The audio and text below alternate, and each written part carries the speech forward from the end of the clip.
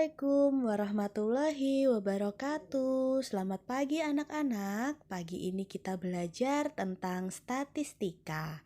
Jadi kita akan belajar pengertian statistika dan juga statistik. Apa itu? Statistika adalah ilmu yang mempelajari bagaimana merencanakan, mengumpulkan, menganalisis, menafsirkan, dan juga mempresentasikan data.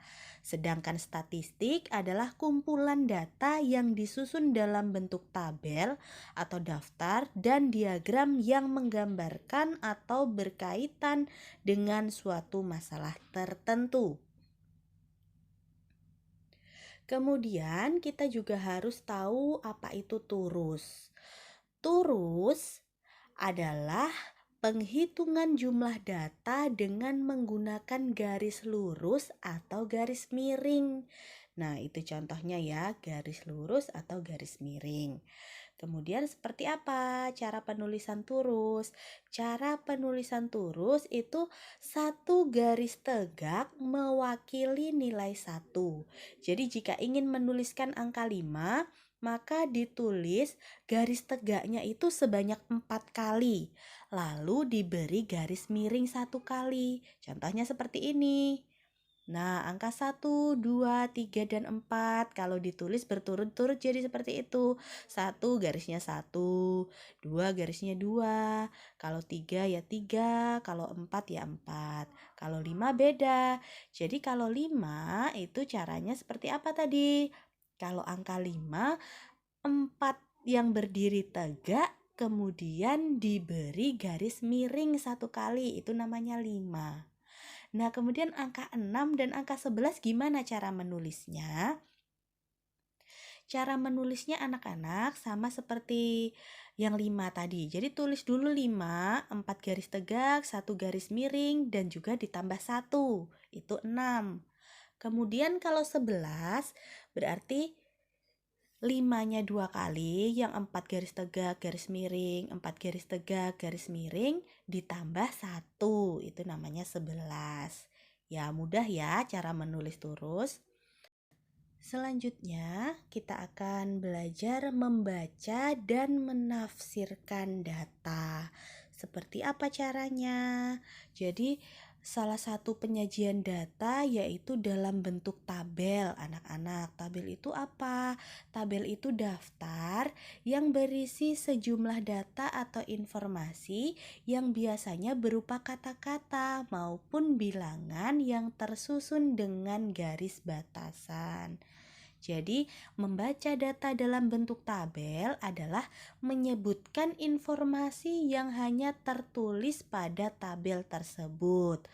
Menafsirkan data dalam bentuk tabel itu menemukan informasi lain mengenai data tersebut yang tidak tertulis pada tabel.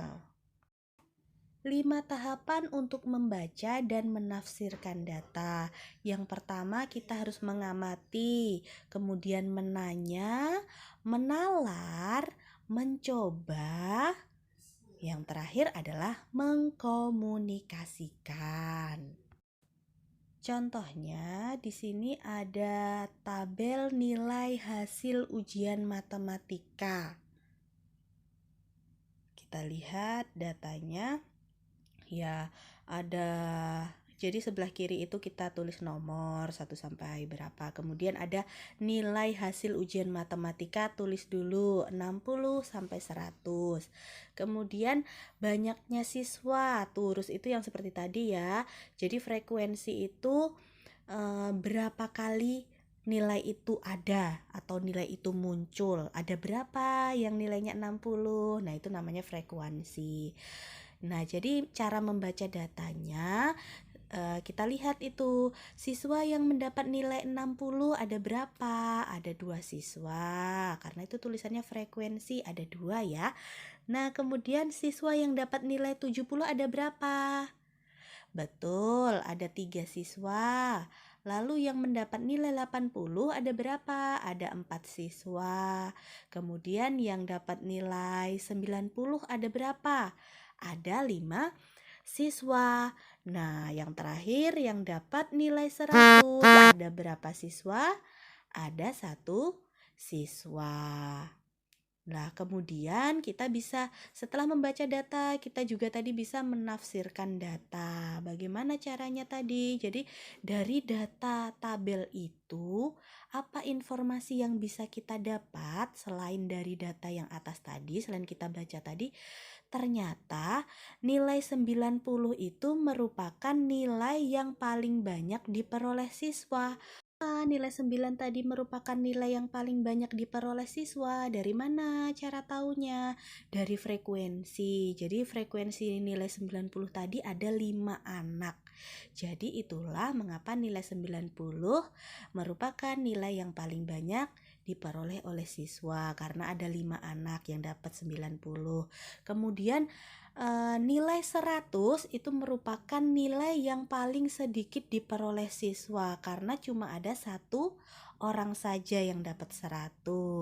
Jadi seperti itu cara membaca data dan juga cara menafsirkan data. Mudah ya anak-anak. Apa itu diagram batang? Diagram batang adalah diagram yang menyajikan data dalam bentuk persegi panjang tegak ataupun persegi panjang mendatar yang sama besar dan terpisah.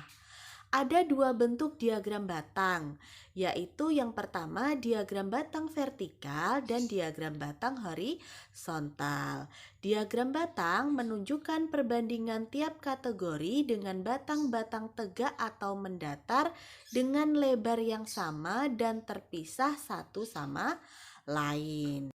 5 tahapan untuk memahami penyajian data dalam diagram batang.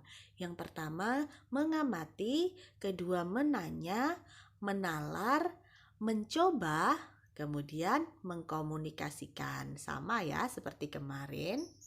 Berikut langkah-langkah membuat diagram batang. Yang pertama, buatlah sumbu datar X dan sumbu tegak Y yang saling tegak lurus.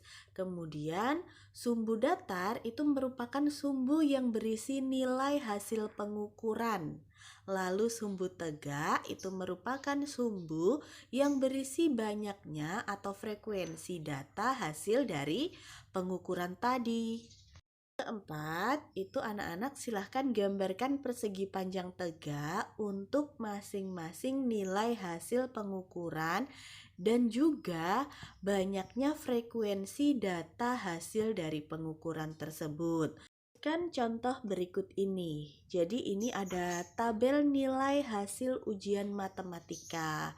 Yang mendapatkan nilai 50 ada 2 anak, yang mendapatkan nilai 65 ada 11 anak, yang mendapatkan 70 10 anak, 75 3 anak, 86 anak.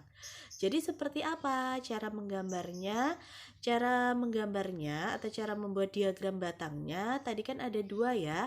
Diagram batang berbentuk vertikal, kemudian diagram batang berbentuk horizontal. Kalau yang vertikal silahkan dilihat anak-anak. Jadi nilai ujian matematikanya ada pada sumbu X. Kemudian sumbu Y itu yang tegak atau yang berdiri, itu banyaknya siswa. Coba dilihat itu ada angka 50. Jadi skor hasil ujian matematikanya 50, frekuensinya berapa? Ada 2, berarti perseginya tingginya di batas 2. Kemudian 65 ada di 11 itu berarti di atasnya sedikit dari 10. Nah, berarti di tengah-tengah antara 10 dan 12. Kemudian 70 itu di 10 dan seterusnya. Diagram batang berbentuk horizontal itu kebalikan dari vertikal tadi. Sekian anak-anak materi pada pagi hari ini. Setelah ini Ibu akan kirimkan foto soalnya. Silahkan anak-anak kerjakan.